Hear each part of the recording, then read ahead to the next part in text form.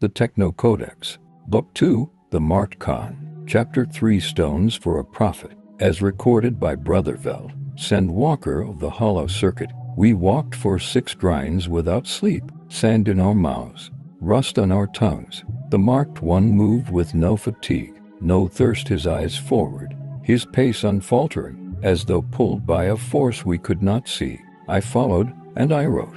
That is my task, my circuit, my curse. The lands outside the city were broken slag fields, ash-bloom forests, dead clone pits long abandoned. No birds, no flings, only gray. When the city came into view, I wept. It was not the city of the first Khan. It was a hive of chains. Loudspeakers spoke prayers not to the Father beyond, but to the darkness within. Clone vats lined the outer wall like tumors.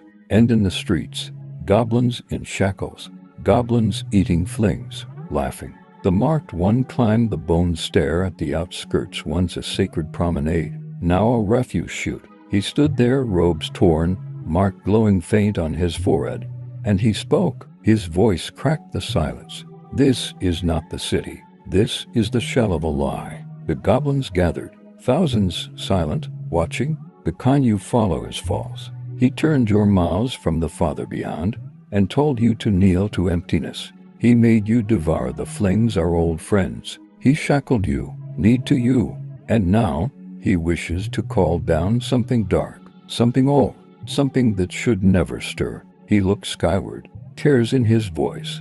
I beg you, this is not what the first Khan taught. He gave you fire. You now worship ash. You are not slaves. You are not filth. You are goblins. Then silence. Then the first stone. Then another. Then a hail of them. The Marked Khan did not run. He knelt. He bled. And still he spoke, even as the stones cracked his bones.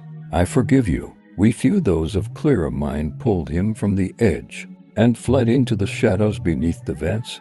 I carried his scrolls. I still carry them now. They think the Marked One is dead, but he breathes, and the time will come. I swear it on the rust.com. He keep whispering to find the flings, the darkness is coming.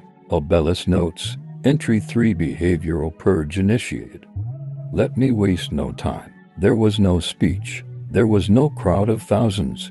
There was no glowing forehead, and certainly no forgiveness. This story was pieced together by a rogue scribe, banned from formal writing due to excessive metaphor usage and sobbing during documentation. His truths were recovered from a rusted latch book bound in fling hide. Now, for the record, flings are edible. Praying to the Father beyond is legally outdated. There is no darkness within. We checked. It's an exhaust shaft. The idea that one malnourished, desert-crawling fugitive could overthrow a city-state guided by certified techno doctrine is not only laughable, it is illegal in 8 districts. And the stoning, there was a sanitation incident involving loose masonry. It struck a deranged goblin who was shouting in public.